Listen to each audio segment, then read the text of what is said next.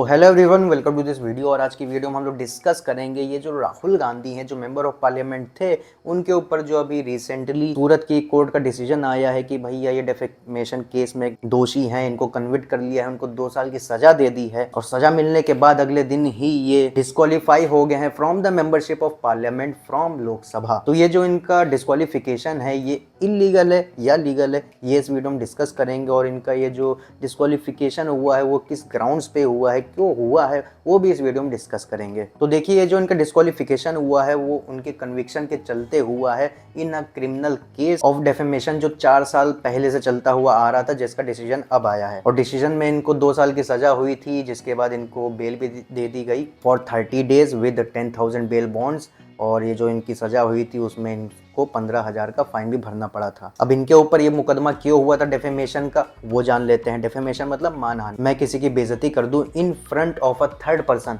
तो वो डेफेमेशन होगा। यहाँ पे थर्ड पर्सन होना बहुत जरूरी है, ठीक है। तो भैया हुआ यूं था कि 2019 में जब लोकसभा इलेक्शंस थे, तब पूरे देश भर में रैली चल रही थी। कांग्रेस की अलग चल रही थी, बीजेपी की अलग चल रही थी।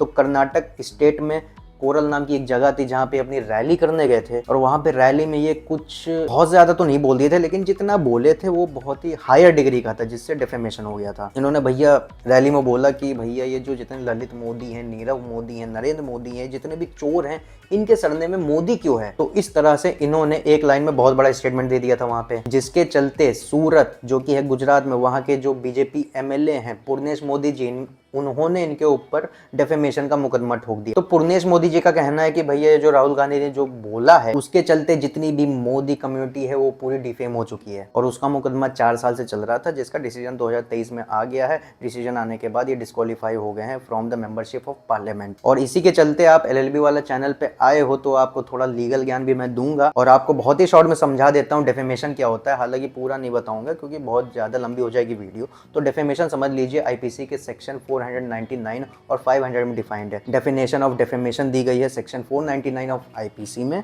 और पनिशमेंट दी गई है 500 ऑफ आईपीसी में। डेफेमेशन का सिंपल मतलब होता है कि आप मेरी बेइज्जती कर दो किसी थर्ड पर्सन के सामने, इधर रिटन फॉर्म में या फिर बोल के या फिर विजिबल रिप्रेजेंटेशन में, मतलब चार्ट वार्ट दिखा दिया, कोई डिजाइन विजाइन बना दिया जिससे पता चलता है कि आप मुझे डिफेम कर रहे हो किसी तीसरे के सामने, तो वो डेफेमेशन होगा। आप डायरेक्टली बोल रहे हो किसी तीसरे के सामने, तो वो डेफेमेशन होगा। आप लिख के दे रहे हो, किसी को पढ़वा दिया जाके, या आर्टिकल कहीं छपवा दिया कि एलएलबी वाला ये है, बेवकूफ है, वो है, ये है, वो है, तो वो भी डेफेमेशन होगा। डेफेमेशन की सजा दी गई है आईपीसी सेक्शन 500 में, और उसमें सजा है 2 साल की। और ये 2 साल मैक्सिमम पनिशमेंट है जो दे दी गई है राहुल गांधी को। और कोर्ट में जो जज साहब थे उन्होंने कहा भैया कि आप मेंबर ऑफ पार्लियामेंट हो, आप बहुत ही इन्फ्लुएंशियल पर्सनैलिटी हो, आप अगर रैली में या कहीं भी अपने स्टेटमेंट्स दे रहे हो तो उस स्टेटमेंट से पब्लिक के ऊपर, लोगों के ऊपर बहुत ज़्यादा इन्फ्लुएंस होता है, बहुत ज़्यादा इम्पैक्ट पड़ता है। तो आपको सोच समझ के बोलना चाहिए, आप ऐसे कुछ भी जाके ना बोल दो। इसलिए आपको इतनी कड़ी सजा, मतलब 2 साल की अगर सजा है मैक्सिमम, तो आपको पूरी 2 साल की देंगे, ताकि एक एग्जाम्पल सेट हो जाए कि कोई दूसरा आदमी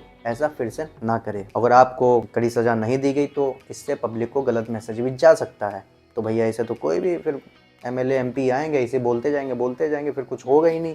तो इसलिए इतनी सजा दी गई है। हालांकि सजा सुनाने के कुछ देर बाद इनको 30 दिन के लिए बेल भी दे दी गई कोर्ट के द्वारा, ताकि ये जाके हायर कोर्ट में अपनी अपील जाके फाइल कर सके। लेकिन अगले दिन क्या होता है कि भैया पार्लियामेंट का सेशन चल रहा था, उनको वहां से डिस्क्वालीफाई कर दिया गया विद इमीडिएट इफेक्ट। तो यहाँ पे एक बहुत बड़ा सवाल आता है कि ये जो इनका डिस्क्वालिफिकेशन हुआ है वो लीगल है या इलीगल है, सही था कि गलत था। तो भैया मैं आपको इसका जवाब दे देता हूँ, बिल्कुल सही था। लेकिन अगर 2013 से पहले होता तो इनको इमीडिएट इफेक्ट से डिस्क्वालीफाई नहीं कर सकते थे, क्योंकि रिप्रेजेंटेशन ऑफ पीपल एक्ट 1951 का सेक्शन 8 का सबसेक्शन 3 कहता है कि अगर कोई एमपी कोई क्रिमिनल एक्ट करता है या कन्विक्ट हो जाता है कहीं पे किसी केस में, और उसको अगर 2 साल की सजा होती है या 2 साल से भी ज्यादा होती है, तो ही और she will be disqualified from the membership of the parliament. और इसके तुरंत बाद जो इसका सबसेक्शन था, मतलब सेक्शन 8 का सबसेक्शन 4 है, वो कहता था कि अगर कोई लॉ मेकर कन्विक्ट होता है तो उसको 3 महीने का समय दिया जाएगा, ताकि वो अपनी अपील हायर कोर्ट में जा सके, उसको जाके वहां पे फाइल कर सके, और उसके बाद ही 3 महीने के बाद ही उनको डिस्क्वालीफाई किया जा सकता है। मतलब इमीडिएट इफेक्ट से डिस्क्वालीफाई नहीं किया जा सकता है। लेकिन lily Thomas versus union of India नाम का एक केस आता है 2013 में, जिसका जजमेंट आता है 2013 में, जिसमें सुप्रीम कोर्ट ने इसी सेक्शन 8 का सबसेक्शन 4,